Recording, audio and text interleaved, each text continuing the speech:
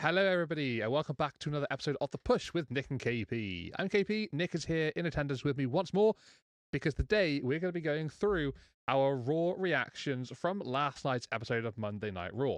This is the 3rd of March edition, the first show since Elimination Chamber, and just before we get started, this was a beauty of a show. Let's break everything down that happened and took place, and let's get into all the discussions. So, we kicked off with a segment that really set the pace for the evening.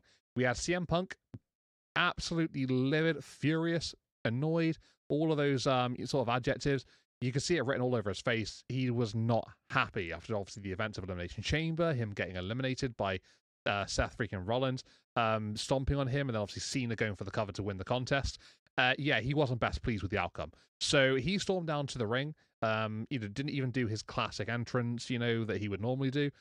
So he went straight over, literally grabbed a mic, stole it off of the guy, and went up onto the to the table and basically cut this completely fired up promo to begin with. It was a great start to the show. The promo was full of fury. It was assertive. He even opened up to who he wanted to who the people wanted him to, basically just slander first. I think Pat and Michael Cole were mentioning names like The Rock, John Cena, and he just went off on both of those. And then he ultimately ended up turning his attention to Seth freaking Rollins. It wouldn't take too long after saying Seth's name and, speaking about him originally before Seth would storm down to the ring.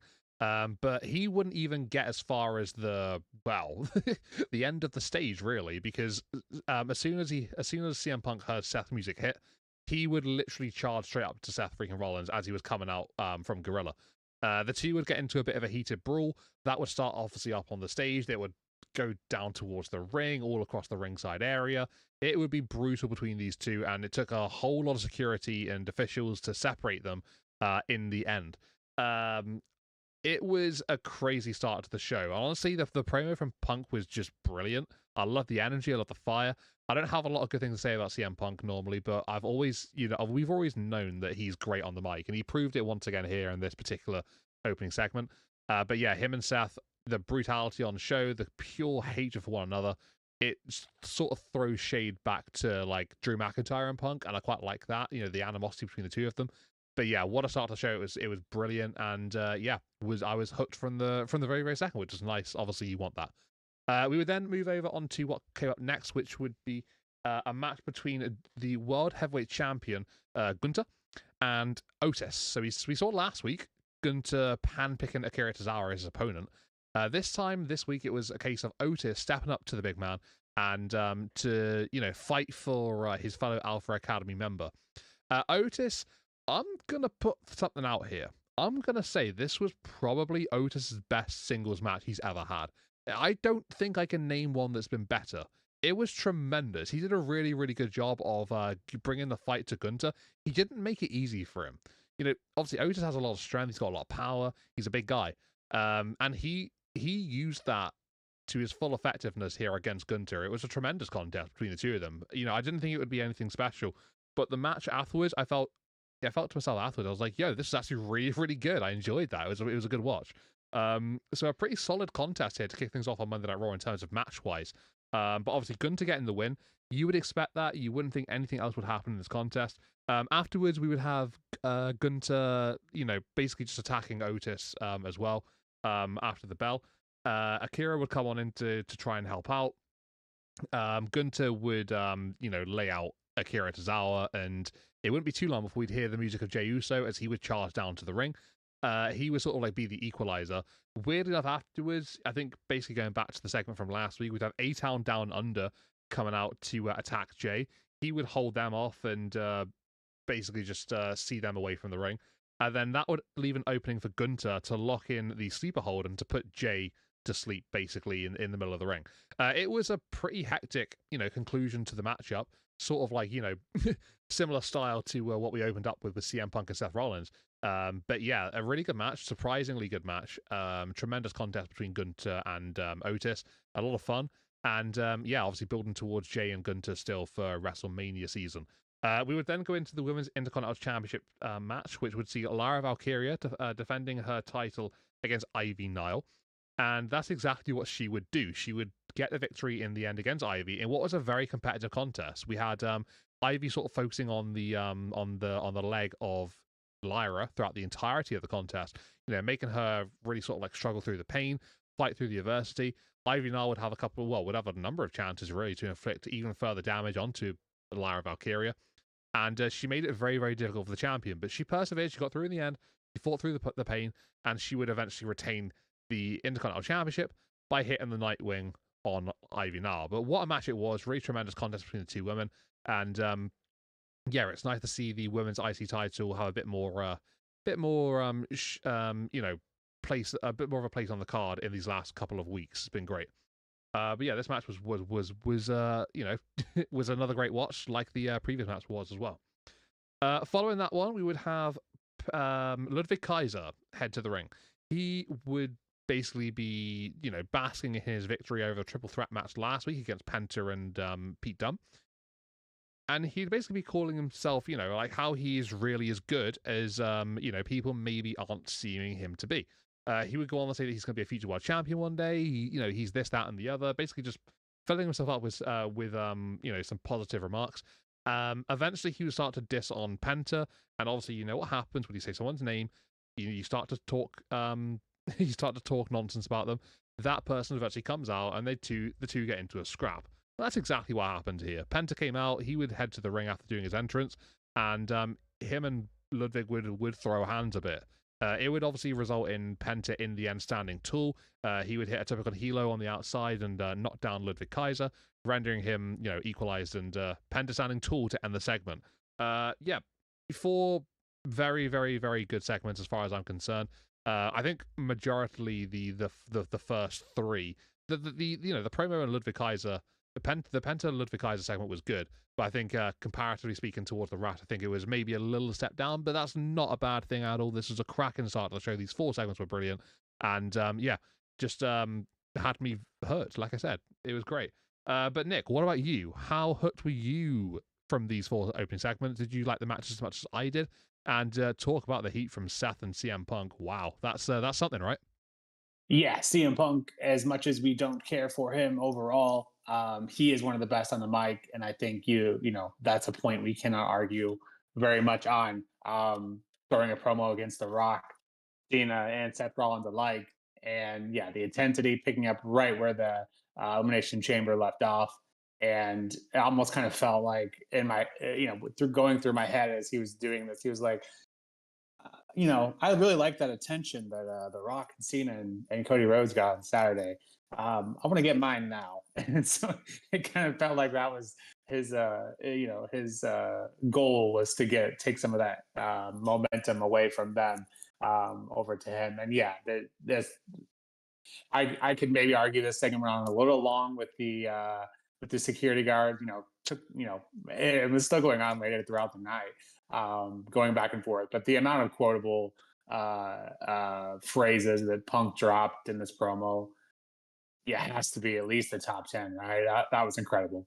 The Becky Lynch, come get your man. That was terrific as well. Anyways, and so later on in the night, Adam Pearce, he always makes me laugh when he tries to yell. It's just, it's so hard to take him seriously. It's like, I don't know, something about him just doesn't quite do it for me. You can't take him seriously, but regardless, he announces a match between Rollins and Punk next week, which I believe they says in Madison Square Garden. So setting up quite the show for next Monday as well. So looking forward to that. I imagine that will not come clean, and we'll see that carry through. Otis and Gunther, as you mentioned, Otis having quite a match, and I feel like he's always been kind of a fan favorite. No matter what storyline he's in, he's always been over. And for whatever reason, he just never gets that ultimate push that leads him to bigger and better things. But yeah, he certainly held his own here against Gunther. I would maybe argue that he held his weight too much, made Gunther look a little weak. But I probably nitpicking. Obviously, Otis is a very big man, and these two in the ring, make of that what you will. Um, but yeah, that it was obviously a better match than I was expecting. And then we have Akira come in and try to help him. Obviously, that doesn't work. So then we have Jey Uso come in and take care of Gunther. And then A Town Down comes in to fight Jey Uso. So yeah, this was a lot. I assume we'll see. I think they announced that Jey Uso to figure out what's going on with Theory and Waller the next couple weeks. So we'll see where that goes. Kind of doesn't feel. It kind of feels like a bit of filler at this point. But we'll wait and see. We'll wait and see what they can do. Intercontinental Championship match. This was a mixed bag for me personally. The pros being, I felt like both of them sold really well, and I think Lyra is I think that is a testament to Lyra and her ability to sell what Ivy was attempting to do. And I mentioned probably a month ago now, I don't see Ivy as a legitimate contender. Well, since I've said that, she's been featured much more in ring, and every week, every time I see her, I become a bit more of a believer. So I think she has it in terms of in ring, especially. I think it's just a matter of can she do it on the mic as well? I think that's the big question. But this match had me believing that Ivy was going to win the title. And at the end of the day, that's what you want to do, and that's a testament to both of these women, I think, in the ring. So, and it kind of gives me this vibe with Lyra defending the title yet again, that we're kind of trying to pull the men's workhorse IC title mentality over to the women's. And, I think Lyra is a perfect person to do that on. So, yeah, this was a great match. One of the first of 3 matches, title matches throughout the night, which is crazy to think that we got that on just a Raw. But yeah, this was a good, not the best title match of the night, but it was a good one. And then, yeah, Ludwig Kaiser. Yeah, I didn't care too much for this one. It kind of felt like this was just a bit of filler.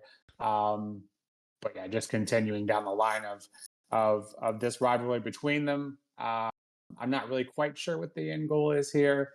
But obviously, as I mentioned last week, anything with them being involved in ring, I've enjoyed quite a bit so far. So no complaints from me in terms of if we're just pushing the storyline along. Yeah, it does seem a bit like that for sure. I think whatever's going to be next for Penta and Ludwig, I'm guessing maybe Pete Dunne's out of the equation now, perhaps, by the looks of this segment. Yeah, I'm not too sure about that one, but possibly so. But yeah, this was a great start. Like you said, our first of 3 title matches. How about we move along then with what followed up next? And that'll be the second of the 3 title matches. This one would be for the Tag Team Championships, the WWE World Tag Team titles. We have the War Raiders defending against American-made Creed brothers. And this was an opportunity for the Creeds to, I guess, have a proper finish of the match this time. I mean, it was literally their call to have the DQ last time, so as to what that was about, I don't know. But either or, we came to this position now where we get a proper match between the two teams, and we got a proper finish in the end as well. So the War Raiders would defeat the Creed brothers, American-made, whatever we're calling them. Either way, they would get the victory. And it would be a really fun contest as well. So keeping up with the the standard of the matches already in the night, this was a really good watch too. Yeah, certainly enjoyed it. I think the Creeds looked probably the best they've looked since being on the main roster in a long, long time. I think that in their early run they had some pretty good showcases of what they can do. But we haven't really seen that in a long period of time. And I feel like they actually had the chance to go here, and I don't ever remember Brutus Creed hitting the moves that he was hitting in this match. The guy stepped up. Like he was hitting stuff that I'd never seen him hit before, I don't think. So it was tremendous, the athletic display that he can deliver. He considered to be the bigger, the stronger guy of the Creeds. But yeah, he can now apparently get those top rope moves in. And he can do those flips, which is kind of cool. I didn't know they could change their arsenal like this, but they just continue to impress me. I feel like these guys really are as great as any other tag team really WWE can offer right now. I just really hope that one day they really get to showcase that in a tremendous title reign. I'm sure they will. It's just, yeah, I just really want to see it. I'm excited for it. But the War Raiders, they've been great since coming back. They've elevated the tag team division as much as they've been able to so far on Monday Night Raw. Obviously, Judgment Day did them no favors, previously. And then Awesome Truth, yeah, maybe perhaps they weren't so great with the titles either. But I feel like War Raiders are starting to bring it up a little bit more, which is nice to see. But yeah, good enough match. Expected result here. But I think the ultimate take from this is that people got to see a bit more of what the Julius and Brutus are about. And yeah, they are a credible threat to any tag team really the WWE has to offer right now. But a good win for the War Raiders, and expected for sure as well. We would then go over to our next little bit of action, which would be involving Bron Breakker, Finn Balor, and the rest of Judgment Day. So the Intercontinental Champion, Bron Breakker, Balor had already initiated sort of in the middle of earlier in the night plans to go after Bron in the IC title. Obviously, after what transpired last week between Bron Breakker and Carlito and Dominic Mysterio, it was basically a case of trying to stick it to the IC champion. There'd be a promo in the middle of the ring. Balor would have a microphone. Bron would be up in sort of like a interview position here that they've been doing recently, and Balor would basically say, right, well, why don't you come and now we can sort this out. Eventually, Bron would do that. They would come on down and they'd have a bit of a brawl. It was obviously a trap set by Finn Balor and the rest of the Judgment Day. But it didn't really work out because this new Judgment Day that we've had in the last, I don't know, like few months, whatever it's been, every single sort of plan they've ever had seems to backfire in some way. And the one person can take out like 4 or 5 of them. That's exactly what happened here. Yeah, Bron Breakker would take out every single one of these guys. He would actually deliver a spear as well during the melee. And he would basically be able to cancel out the entirety of the Judgment Day could offer. So as to where they're going with this, maybe it's going to be Finn against Bron for the IC title. I don't really know, maybe. But it feels like whatever is going to happen, it's going to be some sort of Judgment Day business regarding Bron Breakker. So yeah, whether this spills into WrestleMania or not, we'll have to wait and see. But for now, it seems that Bron's got his hands full with the Judgment Day. Then we would go over to our main event of the night. And this would be for the Women's World Championship. Rhea Ripley would put her gold on the line against Io Sky. Obviously, the Elimination Chamber has just come and gone. Bianca Belair is the number 1 contender, to go to WrestleMania against whoever would win this match. Io Sky, Rhea Ripley. Bianca faces them at Mania for the title. This was a tremendous main event. It was fantastic. I think going into this one, I fully expected Rhea Ripley to retain her title. I was hoping somehow that Io would stay in the situation to be able to maybe force a triple threat going into WrestleMania. But let's talk about the match. We would have a great back and forth between Rhea and Io. A lot of moments where Rhea would hit some big moves on Io and she keep on kicking out, growing some frustration within the Women's World Champion. Io Sky has never lost a singles match to Rhea Ripley, and you could tell that from the portrayal of this match about how Rhea Ripley reacted in the ring. You could see emotionally it was telling on her face, and I think she sort of like had that looming over her throughout the contest. Eventually, because Bianca Belair is at ringside for this one, she's watching on, number 1 contender for WrestleMania. Eventually, we get to a position where Rhea Ripley is in the ring. Io Sky is on the outside. She's been laid out, and Bianca is giving Io some, emotional support. She just wants to see a really good match between 2 top women in the division, and she basically just wants to get the best of what's available at WrestleMania. It's Bianca's character. It's been like that for ages. Rhea is literally watching as Bianca is essentially just riling up Io to get her back into the ring.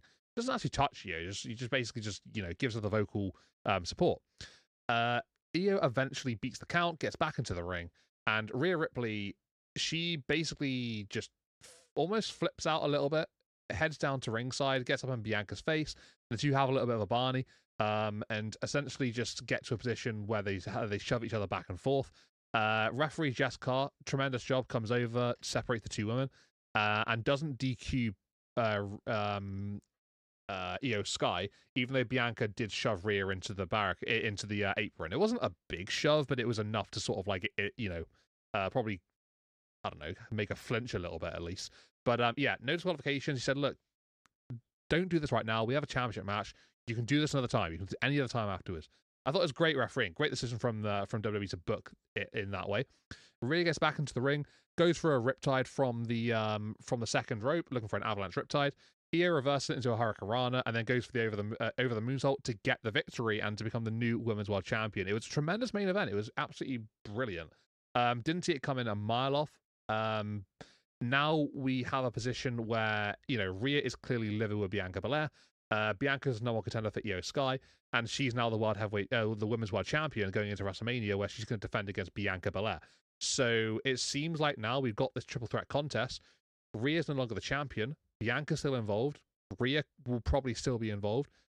I think the triple threat just makes sense, and this is a great way of doing that, and it worked out tremendously. It added that shock factor. The crowd reacted in such a way as well. They didn't expect it. I know I didn't, and it was brilliant. It was a great finish. Truly great main event, and the women showing up and showing out. Nick, what did you think though, buddy? How did you rate the tag team championship match? Obviously, the Judgment Day calamity with Braun Breaker. He's looking really strong, and then that women's main event. Wow, what did you think, bud? Yeah, I think the tag team match was I don't know, arguably the best of the night. I really enjoyed this one.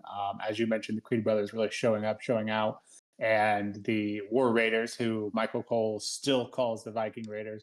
And I'm just glad I'm not the only one because he gets paid handsomely to do it. And sometimes I really struggle with these team names. I know they still call the Creed brothers American Alpha as well. That's a lot to take in. But yeah, this match was great. I think the War Raiders are doing a great job of just helping to show how serious the Creed brothers should be taken, and I'm all for that. And I think overall, this kind of segment, and then we have the New Day and LWO segment throughout the night as well. And I think similar to the SmackDown side, I wouldn't be mad if you did something similar with the tag teams, but it's at least nice to see Raw at least debuting or not debuting, but showing some of their tag teams and kind of helping and build up that division. But yeah, this was great. And I could say this between all three title matches, but it genuinely felt like each match we weren't sure of who the winner was, and that's great. I think one of the reasons that probably is the case is because just last week we saw a title change, and typically on Raw or a weekly show, we don't expect titles to change. And so, with this becoming seemingly a new trend, or at least lately, I feel like that's in the back of our mind. So it leaves us in doubt a little more than we would have normally in years past. So yeah, this one felt like it was anyone's game, and War Raiders coming on top. I think is the right decision here. I'm curious to see if the rest of the tag teams get involved as well, or if Chad Gable, who we saw a promo from him, getting a mysterious box. So that was entertaining as well. We'll see where that goes and if that ties into all this. Seemingly Creed brothers, and when Chad Gable returns and Chad Gable has this new ability to take on the Luchas, that will tie into the LWO. So it kind of seems like maybe that's in the direction they're headed. All a SmackDown, kind of the same. All the tag teams in a match for Mania, and I have no issues with that. Again, the more we can boost that division, the better. Judgment Day targeting Braun Breaker. On paper, it seems like, oh well, he won't stand a chance. But if anyone can overcome the odds with intensity alone, it is Braun Breaker. I say it every week. He's not on TV very long at all, but he makes it worth every minute that he's on there. And I think kind of this whole scene, I think further ensures that we are getting a new Judgment Day member. It's just who and when, and then if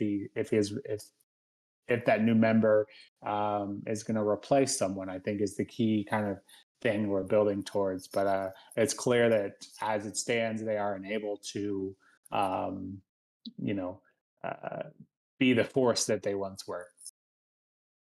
And yeah, main event. And as I was just going on about, every single one of these title matches felt like we had a chance to see a new champion. As you mentioned, they really sold the Rhea's never beat Io. And I love that. I love the stat heavy and the even when they're at the new venues, they've started doing this is the blank number of time. This is the X time that at PLE. It's been this many years. I love the new stat heavy production of Raw, and they kind of did that with showing the last two times, which I think was the Mae Young Classic and back in NXT, but NXT Women's Championship, if I recall. But yeah, this with these two in ring, it was never going to be a bad match, right? And yeah, Rhea did a great job of selling here, to make it look like Io was in her head, and clearly it was enough. That coupled with the fact that Bianca's interference, which you mentioned it a little bit about the referee not calling the DQ, which I thought was interesting. I thought when I saw it, live, I thought that's how they were going to do it. They were going to call the DQ, and then Io, upset with both of them, and then take that to a triple threat match. But this works just as well. And actually, you explaining it kind of makes more sense to me. And I kind of like the idea of maybe a ref using some common sense from time to time, and immediately when someone touches you, call a DQ, which is what they typically do. So I like the idea of the ref being able to use some common sense in that scenario to realize it wasn't worth calling off the match for. So as long as it didn't affect the overall outcome, which technically the push did not, but it did get obviously in Rhea's head. But yeah, this was great. I was obviously surprised to see Rhea lose. She hasn't had this title for that long. And it's the second Raw in a row where we've seen a new champion at the end of the show. So I didn't think they'd do that back to back. One thing I did note was Io Sky using her fellow Damage Control members' moves, so the insane elbow and the Oscar lock. I thought that was interesting. I'm not sure if we're meant to take too much into that, if that's going to lead to a story down the line, if they're, you know, eh, I guess we'll wait and see. Or if that was more so that really had to dig deep to overcome and beat Rhea. So regardless, we have Io Sky as a champion yet again. I couldn't be more happy with that. Huge fan of Io and everything she brings. And yeah, as you mentioned, I think we're going to get those three. And I think you still have the Jade Cargill story. Does Jade and Rhea, or does Jade and Bianca, does that story come into play here at all? I think we'll have to wait and see. I think they mentioned both Jade and Randy Orton will be, as well as Cody Rhodes, will all be on SmackDown. So we'll see if that will play a part here. But yeah, an incredible main event, incredible Raw, and yeah, we're just we're keeping the momentum going outside of the SmackDown last week, which had its ups and downs, and was a reason why we didn't feel like we needed to get into a full recap, because outside of the U.S. title picture didn't really bring much to the table. But yeah, WWE is starting to clicking on all cylinders, and yeah, continuing momentum in this Raw was just as good, if not better, than last week's. Yeah, you made some really good points there. I think mentioning Io using her fellow Damage Control members' moves during the title match was a really good bit there. I really enjoyed that, like picking up the moves and just saying, "Oh, that's what Dakota Kai uses," and then Michael Cole references it. I'm like, "Oh, great, cool." And then obviously she went to use Asuka's and Kyrie's moves afterwards. Yeah, really nice addition to her arsenal there during this match. It just shows the importance maybe for this match, just rallying and using the her team members' moves, sort of like get her over the edge and get the job done. It was a really cool little moment, and I enjoyed that. But yeah, you made some great points. The championship changing hands recently, it's becoming a bit more of a common scenario. I'm happy with that. That doesn't have to be done all the time, but when the moment is right, I feel like it's really good to do it. And this was a right moment. This was perfect. And Io now goes into WrestleMania, which a lot of people wanted. To see her in the contest. She's now the world champion going into it. I don't think many of us expected that. So yeah, she's going to be at WrestleMania. Should be a triple threat. Really excited for that one. But what a show! Raw was great, right? Absolutely tremendous. What a great show from top to bottom. In terms of like how I thought this one went down, I think I'd probably give it a strong 9 probably even a 9.5 out of 10. It was just, I think for weekly shows, you're not going to get many that are going to be better than this. Just like pure just consistency throughout the card. Like, you know, title change, really tremendous matches from top to bottom, brutal segments, you know, promos, well, not the promos, but like the in terms of the fire and the energy, the brawl, you know, obviously everything to do with Punk and Seth. It was just great. And then yeah, just bits here and there, just building towards WrestleMania at a nice pace. I wasn't really looking forward to WrestleMania going into Elimination Chamber, but now that we're past that, we've got this you know, this first Raw building into it. I'm feeling a lot better about it, and I'm feeling a lot more hyped. So that's obviously great to feel, you know. But Nick, just before we do close the one out, buddy, what about you? Like, how different are you feeling now, maybe about WrestleMania, from this Raw, and like obviously what you thought about it as a general, going into WrestleMania season now? Like, you know, before the Elimination Chamber, maybe like me, you weren't so hyped, but now with maybe looking a little bit more so on that front. Yeah, and we alluded to that a little bit on the Elimination Chamber reactions. It kind of felt like before Elimination Chamber, we were kind of, had our hands up in the air, like, when are we going to get this started? This is supposed to be the best time of the year. And, they were building stuff, but it didn't really have that, it's Mania season feel yet. Elimination Chamber and then this Raw certainly kicked that into high gear. And not to say the last few shows haven't been bad. I think last week I gave Raw perfect 10 out of 10 rating, but it just felt like we weren't quite in the Mania build yet. But with Elimination Chamber, with this Raw, and even still have questions that we want answered. From Elimination Chamber, as I mentioned earlier. So we'll see if SmackDown can provide more answers for those particular segments and superstars there. But yeah, this was incredible.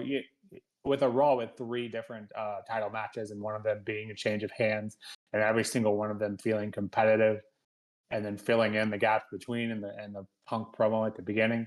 You really can't top that. And they're setting up next Monday at Madison Square Garden to be just as an intense of an event. And so, yeah, we're officially on the road, and it feels like it. It's not just feels like we're going through the motions. It feels like we are in the Mania build officially.